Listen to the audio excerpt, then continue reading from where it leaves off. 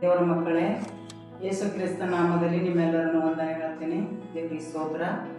ನಾವು ಈ ಸಮಯದಲ್ಲಿ ಒಂದು ವಾಕ್ಯ ಓದ್ಕೊಳ್ಳೋಣ. ದೇವರಿಗೆ ಸ್ತೋತ್ರ. ಕೀರ್ತನೆ 91:15ನೇ ವಚನದಲ್ಲಿ ನಾವು, ಅವನು ನನಗೆ ಮೊರೆ ಇಡುವಾಗ ಸದುತ್ತರವನ್ನು ದಯಪಾಲಿಸುವೆನು, ಇಕ್ಕಟ್ಟಿನಲ್ಲಿ ಹತ್ತಿರವಿದ್ದು ಅವನನ್ನು ತಪ್ಪಿಸಿ ಘನಪಡಿಸುವೆನು. ದೇವರು ನಮ್ಮ ಸ್ತೋತ್ರವಾಗಲಿ.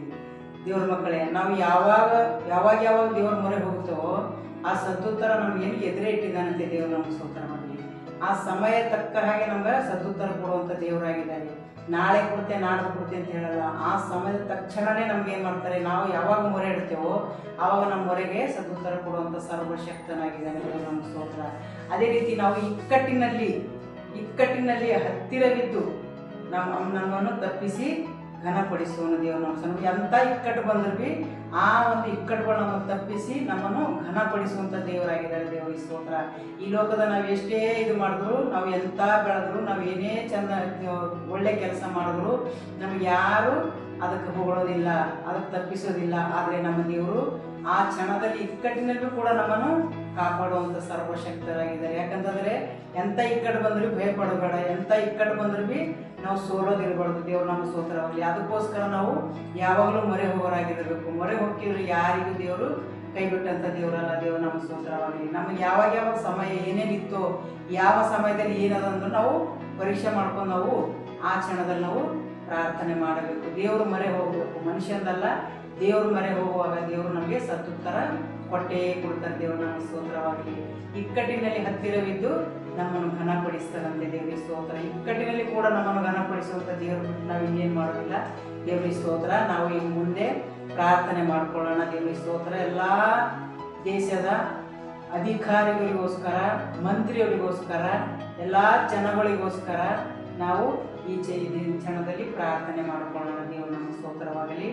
ಪರಿಶುದ್ಧನೆ ಪರಿಶುದ್ಧನೆ ಪರಿಶುದ್ಧನೆ ಪರಿಶುದ್ಧಾತ್ಮನೇ, ನಿನಗೆ ಸ್ತೋತ್ರ ಕರ್ತನೆ. ತಂದೆಯಾದ ದೇವರೇ, ನಿನಗೆ ಸ್ತೋತ್ರ ಕರ್ತನೆಪ್ಪ.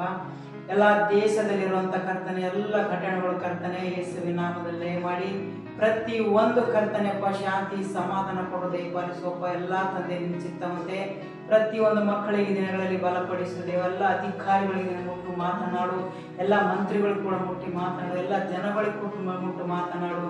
ದೇಶದಲ್ಲಿ ಶಾಂತಿ ಸಮಾಧಾನ ಬರಬೇಕು. ದೇವಾದಿನಿಗೆ ಸ್ತೋತ್ರ ಕರ್ತನೆ. ಈ ಲೋಕದಲ್ಲಿ ಕರ್ತನೆ ಅಂತಸ್ತು ಐಶ್ವರ್ಯ ಬಿಟ್ಟು ಹೋಗಿಲ್ಲಪ್ಪ, ಶಾಂತಿ ಸಮಾಧಾನ ಬಿಟ್ಟು ಹೋಗಿದ್ದಿ ದೇವ. ಆ ಶಾಂತಿ ಸಮಾಧಾನ ಪ್ರತಿಯೊಬ್ಬರಿಗೆ ಇರಬೇಕು. ದೇವಾದಿನಿಗೆ ಸ್ತೋತ್ರ ಕರ್ತನೆ. ದೇಶದಲ್ಲಿ ಕರ್ತನೆ ಶಾಂತಿ ಸಮಾಧಾನ ಕೊಡು ದಯಪಾಲಿಸು ದೇವ.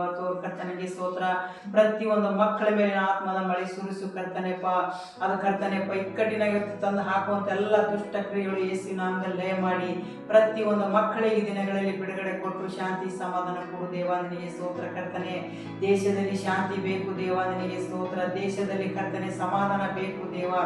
ದೇಶದ ಮಕ್ಕಳು ಆಳುವಂಥ ಮಕ್ಕಳಿಗೆ ಕರ್ತನೆ ಶಾಂತಿ ಸಮಾಧಾನ ಇರಬೇಕು ದೇವಾದಿನಿಗೆ ಸ್ತೋತ್ರ.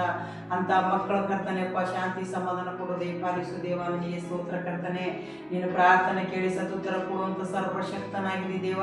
ಎಲ್ಲ ಪ್ರಾರ್ಥನೆ ಕೇಳಿ ಕರ್ತನೆಪ್ಪ ನೀನು ಚಂದ ಉತ್ಸವ ನಡೆಸ್ಕೊಡ್ತೀಯಮ್ಮ ನಂಬಿಕೆ ನನಗಿದೆ ಕರ್ತನೆ. ಪ್ರತಿಯೊಂದು ಪ್ರಾರ್ಥನೆ ಕೇಳಿ ಕರ್ತನೆಪ್ಪ ಈ ದೇಶದಲ್ಲಿ ಶಾಂತಿ ಸಮಾಧಾನ ನೆಮ್ಮದಿ ಕೊಟ್ಟು ದಯಪಾಲಿಸಿ ಎಂದು ಯೇಸುವಿನ ನಾಮದಲ್ಲಿ ಕೇಳ್ತೇನೆ ತಂದೆ. ಆಮೇಲೆ. Praise the lord.